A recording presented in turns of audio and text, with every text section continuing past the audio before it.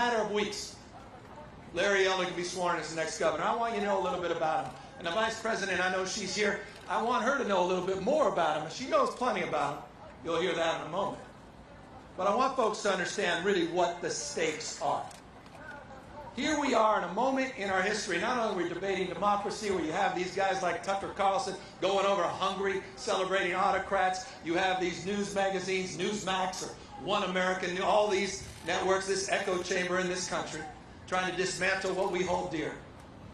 But we're also at a time in this country where we, on two coasts in America, you have folks that drown in their cars on the East Coast, and you have folks quite literally trying to get in their car to escape wildfires here on the West Coast. The extreme weather we're experiencing, the likes of which we've never experienced in our lifetime. And we've got someone by the name of Larry Elder that believes climate change is a myth, believes it's a crock, and believes the answer to climate change is increasing offshore oil drilling. That's his solution. Someone that doesn't even believe in the Clean Air Act. That's Larry Elder. Someone that celebrates what just happened to women in Texas and is celebrating the prospect of overturning Roe v. Wade.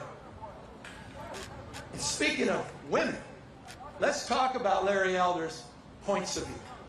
He doesn't believe, he doesn't believe there's a glass ceiling.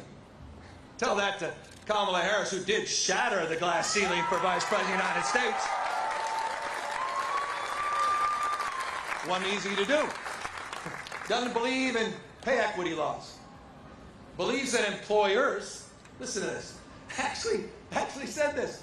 He believes employers have the right to discriminate against employees, or at least women, by asking them about their reproductive future because, quote unquote, they're just protecting an investment.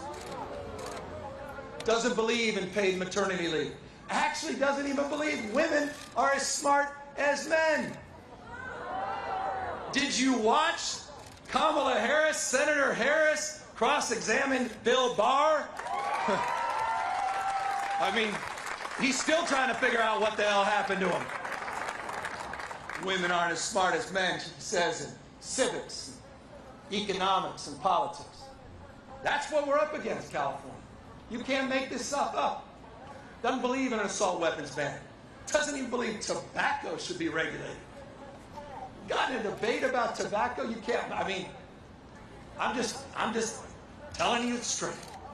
Got in a debate about a tobacco tax and conceded the fact that maybe tobacco does take lives, but he said, you know what, that's probably a good thing because it will reduce health care costs for all those that die.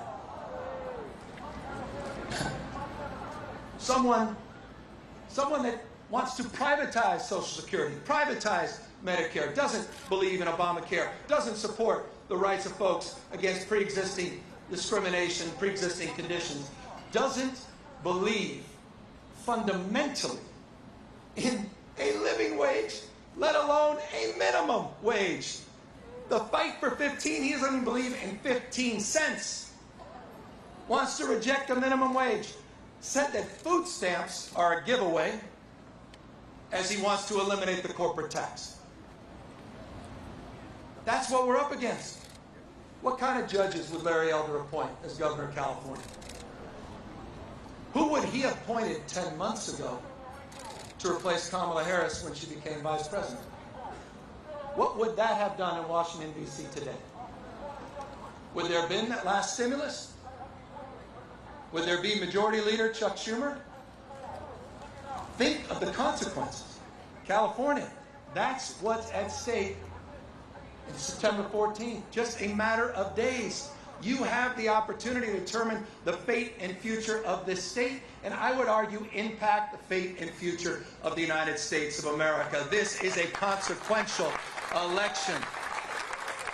And I know Barbara Lee said it. We all told you, well, this is the most important election 2020, right? It was getting rid of Trump, and that was absolutely true, and you did that by getting rid of Donald Trump in November 2020. But Trumpism's still alive. Trumpism's not dead. It's alive in the big lie, the insurrection. That's the reality. And this is our moment to step up and step into that void and reject what's going on across this country. Because in California, we're America fast forward. We are a point of pride. This is not only the fifth largest economy in the world, there's no Western democracy on the planet that's growing faster over the last 5 years than the state of California. We're the tentpole of the American job recovery. $80 billion operating surplus, Californians. Eat your heart out, Texas and Florida. We had better health outcomes and better economic outcomes during this pandemic. Larry Elder wants to walk us on that same COVID cliff as Texas and Florida and Tennessee and Alabama and Georgia. He said, and I quote, this is his go-to. Every single day, this is his go-to. He wants to get the crowd all riled up. This is what he says. He said the first thing he'll do after he gets sworn in, he said the first thing he'll do before his first cup of tea is he will sign an executive order eliminating mask wearing for our kids in public schools and eliminating vaccine verification for healthcare workers. Consider the consequences of that.